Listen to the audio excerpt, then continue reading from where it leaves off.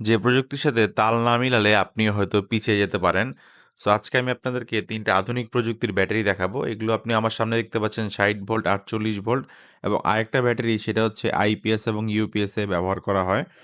আগে যে ব্যাটারিগুলো ব্যবহার হতো এগুলো হচ্ছে লেড অ্যাসিড বা পানি ব্যাটারি। এখন আসলে এই ধরনের ব্যাটারিগুলোর ব্যবহার ধীরে, ধীরে কমছে। তো এখানে আপনি যে ব্যাটারিটা দেখতে পাচ্ছেন এটা হচ্ছে একটা ৪৮ ভোল্ট ১০০ অ্যাম্পিয়ার ব্যাটারি। এগুলো নানান শেপের হয়ে থাকে আপনার। তবে অবশ্যই আপনি চেষ্টা করবেন অথেন্টিক ব্যাটারি সংগ্রহ করার জন্যে।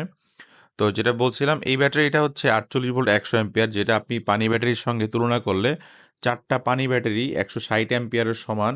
প্রতিটা ১৬০ অ্যাম্পিয়ার করে ৪ টা ব্যাটারি ১২ ভোল্টের ব্যাটারিকে আপনি যদি সিরিজ করেন যে পারফরম্যান্স পাওয়া যাবে, এটা থেকে আপনি তার থেকেও বেটার পারফরম্যান্স পাবেন। এখন অনেকে জিজ্ঞেস করতে পারেন ১০০ অ্যাম্পিয়ার হলে পানি ব্যাটারির সাথে ১৬০ অ্যাম্পিয়ারের তুলনা কিভাবে হয়? ইউজুয়ালি পানি ব্যাটারিগুলো ডিসচার্জের পাওয়ার অনেক কম থাকে। সাধারণত হাফ বা তার থেকে একটু বেশি থাকে। এগুলো ক্যাপাসিটি ভেদে। এই ব্যাটারিগুলো আপনি দেখতে পাচ্ছেন, এগুলো মূলত অটোরিকশা বা মিশুকে ব্যবহার করা হয়।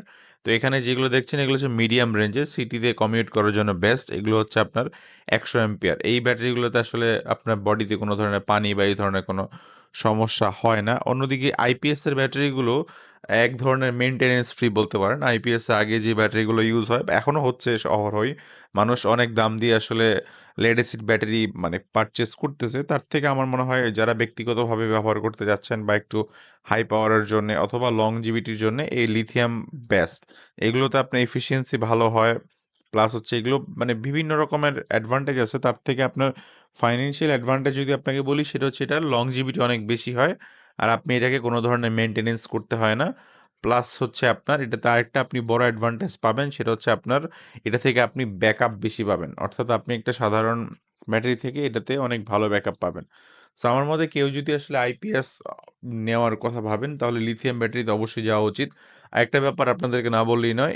এই যে এটা আমার যে সামনে যে মডেলটা দেখতে পাচ্ছেন এটা শুধুমাত্র মানে মোটামুটি ভালো পাওয়ার ডেলিভারির জন্য ইউজ করা হয়। ফর এক্সাম্পল এটাতে আপনি ৫ কিলোওয়াট পর্যন্ত নিতে পারবেন। এখন কারো যদি একটু ছোট সেটআপ প্রয়োজন হয় তারা ১২ ভোল্টে শিফট মানে ১২ ভোল্টেই থাকবেন। আর যারা ধরেন ৩,০০০ বা ২,৫০০ এর উপরে বা ৩,০০০ এর আশেপাশে থাকবেন তাদের জন্যে এই সেটআপটা বেস্ট। এই ধরনের ব্যাটারি ইউজ করা আপনাদের জন্য বেস্ট। এখন অনেকেই হয়তো রিসেল ভ্যালুর জন্যে অনেকে আপনারা হয়তো পানি ব্যাটারি কিনতে পারেন। কিন্তু আমার মতে আপনি যদি অথেন্টিক লিথিয়াম ব্যাটারি নিয়ে থাকেন, এটা লাইফ সাইকেল আপনি প্রপার পাবেন।